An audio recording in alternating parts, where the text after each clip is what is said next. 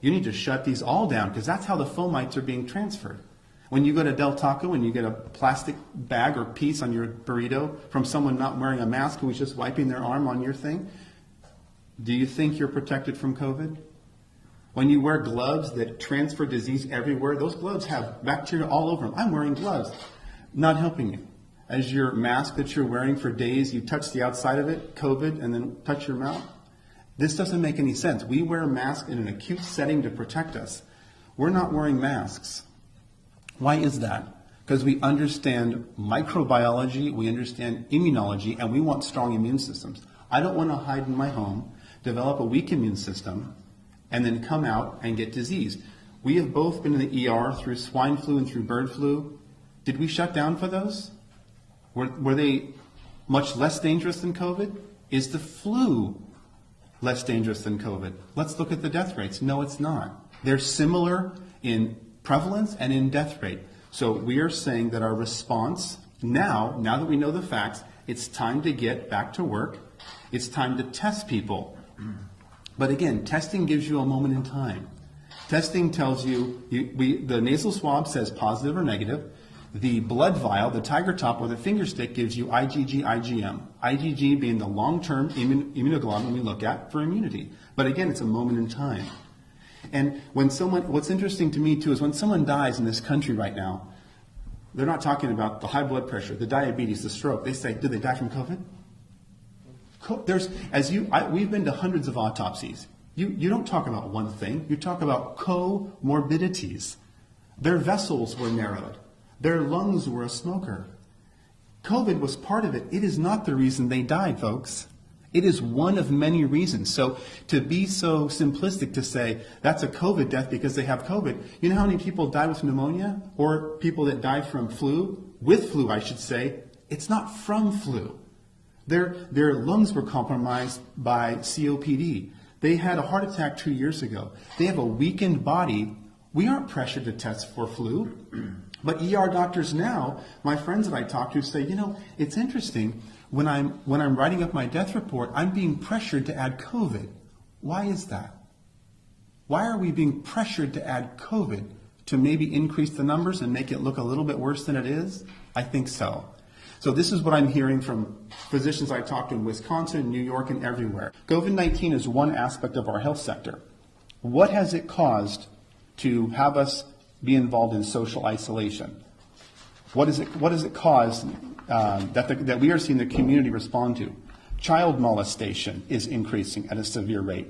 We could go over multiple cases of children who have been molested due to angry family members who are intoxicated, who are home, who have no paycheck. These things last a lifetime. This isn't about a seasonal flu. These are things that will follow these people and affect them in a negative fashion for their life. And these are secondary effects from COVID. And these are from me talking to ERs, talking to my doctors, and talking to people across the country and finding out what they're seeing. Spousal abuse. We see people coming in here with black eyes and cuts on their face. It's an obvious abuse case. These are things that will affect them for a lifetime, not for a season. Alcoholism, anxiety, depression, suicide. I talked to Donnie Youngblood and various people in the community. I've asked them, how are things going? Suicide is spiking. Education has dropped off. Economic collapse. Medical industry, we're all suffering because our staff isn't here and we have no volume. These are all real things that I'm seeing every day. I don't read about this stuff. I'm seeing it in my clinics. We have clinics from Fresno to San Diego, and these things are spiking in our community. These things will affect people for a lifetime, not for a season. So let's make sure we're clear on that. So we've gone over the secondary effects. We've gone over the statistics. Now I want to compare flu virus. Is this significantly different? And I just got a little bit of data here. So deaths, per the CDC, 24,000 to 62,000 deaths each year. We had about 45 million total cases in 2017 with about 62,000 deaths, or a 0.13 chance of death from flu in the United States. As you know, our other numbers were 0.02. So the lethality of COVID-19 is much less. Now you've got hotbeds of it in New York. But again, we went over the numbers. 0.1% chance of death.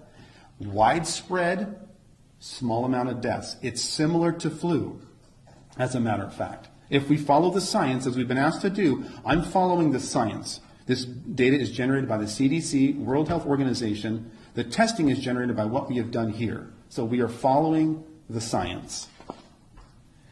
Now I want to talk about the immune system. Dr. Masihi used to teach for immunology. We both had years of microbiology, biochemistry, and virology studies. We've made it our life's work to understand this stuff. And here, I'd like to go over some basic things about how the immune system functions so people have a good understanding. The immune system is built by exposure to antigens, viruses, bacteria. When you're a little child crawling on the ground, putting stuff in your mouth, viruses and bacteria come in, you form an antigen-antibody complex, you form IgG, IgM. This is how your immune system is built. You don't take a small child, put them in bubble wrap in a room and say, go have a healthy immune system. This is immunology, microbiology 101. This is not something, this is the basis of what we've known for years. So what I'm seeing is when you take human beings and you say, go into your house, clean all your counters, Lysol them down, you're going to kill 99% of viruses and bacteria, wear a mask, don't go outside. What does that do to our immune system? Our immune system is used to touching. We share bacteria, staphylococcal, streptococcal bacteria, viruses. We develop an immune response daily to this stuff. When you take that away from me, my immune system drops. As I shelter in place, my immune system drops. You keep me there for months, it drops more. And now I'm at home, hand washing vigorously, washing the counters, worried about things that are indeed what I need to survive. Let's follow the science. This is immunology, folks. This is microbiology. This is what we've combined together. We have 40 years of experience in this. This is common sense immunology. So quarantining and social distancing is worse for us, you're saying? It decreases your immune system. You can't build an immune system by, if someone has a reduced immune system, you hide them away because they can't build an immune system. If you have a normal functioning immune system, you need interaction. When a child's in a womb, you're in this protected environment.